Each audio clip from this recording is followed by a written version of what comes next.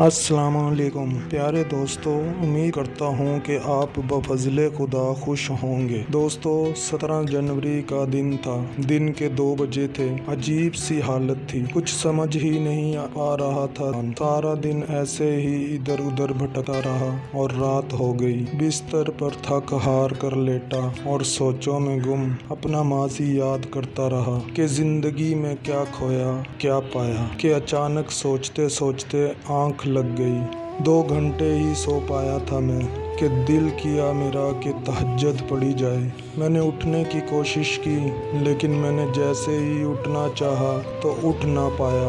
میں نے بہت کوشش کی، ہاتھ پاؤں مارے، پر شاید اس وقت دیر ہو چکی تھی۔ میری سانسیں ساتھ چھوڑ چکی تھی، میری روح میرا جسم کا ساتھ چھوڑ چکی تھی۔ میں ایک لاش کی مانند ہو چکا تھا، پر مجھے سمجھ نہیں آیا کہ میرے ساتھ ہو کیا رہا ہے۔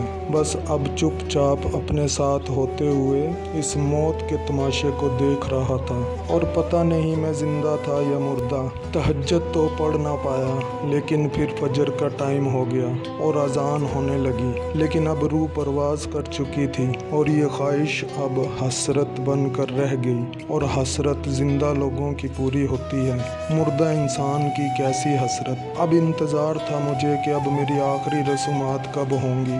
میں خود کو آخری رسومات دیکھنے کے لیے تیار کر رہا تھا کہ اب میری تدفین ہوگی، اور یہ سوچ کے کہ میرا جانا میرے گھر والوں، دوستوں اور عزیز رشتہ داروں پر کیسا اثر چھوڑے گا، مجھے پریشان کر گیا۔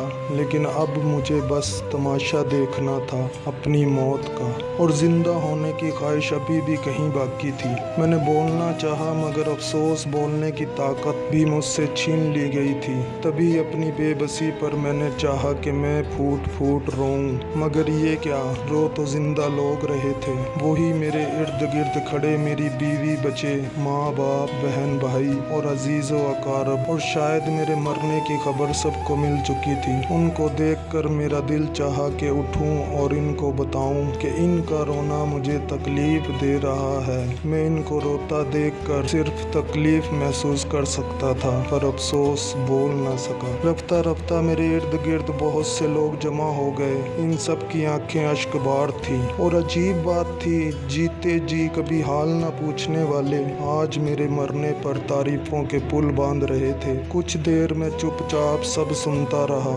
رونے کی آوازیں کبھی تیز ہو رہی تھی تو کبھی کم۔ میرا دل کر رہا تھا میں اٹھ جاؤں اور انہیں بتاؤں کہ مجھے سب سنائی دے رہا ہے، مگر خواہش حسرت بن چکی تھی۔ پھر اچانک مجھے غسل دینے کے لیے لے جایا گیا اور مجھے نہلایا گیا، تو ادھر قبرستان میں میری قبر کی تیاری کی جا رہی تھی۔ غسل دینے کے بعد مجھے کفن پہنایا گیا، جسے پہن کر مجھے لگا بس اب کچھ دیر بعد مجھے میرے گھر سے قبرستان لے جایا جائے گا۔ میں اپنے بچوں کی طرف دیکھ رہا تھا اور فکر مند ہونے لگا کہ اب میرے بچوں کا کیا بنے گا۔ اتنے میں ہی رونے کی آوازیں تیز ہو گئیں اور کچھ لوگ آگے بڑھے اور میرے جنازے کو اٹھا لیا گیا۔ بچے مجھ سے آ کر لپٹ گئے اور مجھے آخری بار گلے سے لگایا، تو کچھ لوگوں نے ان کو سائیڈ پر کیا اور مجھے لے گئے میری آخری منزل کی طرف، اور میں دیکھتا ہی رہ گیا۔ تکلیف کی انتہا تک پہنچ کر بھی سوچیں میرا پیچھا نہیں چھوڑ رہی تھی۔ اس کے بعد میرا نماز جنازہ پڑھ کر مجھے قبر میں اتارا گیا۔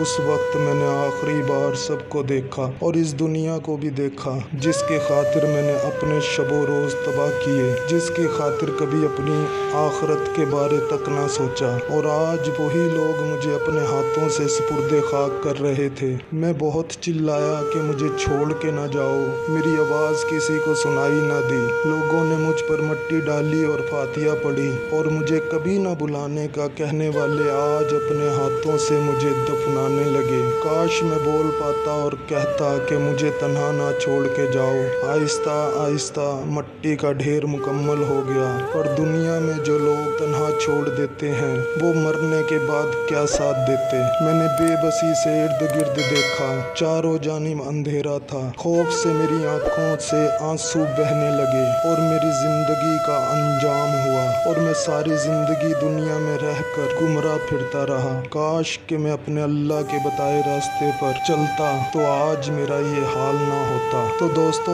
یہ سٹوری سنانے کا مقصد یہ تھا کہ 5 وقت کی نماز قائم کرو اس سے پہلے کہ ہماری نماز پڑھی جائے۔ اللہ تعالیٰ سے دعا ہے کہ اللہ مجھے اور آپ سب کو علم حاصل کر کے اس پر عمل کی توفیق عطا فرمائے، آمین یا رب العالمین۔ بعض مسالہ جات جو کھانوں میں لائیں ایک نئی لذت، ایک نیا ذائقہ۔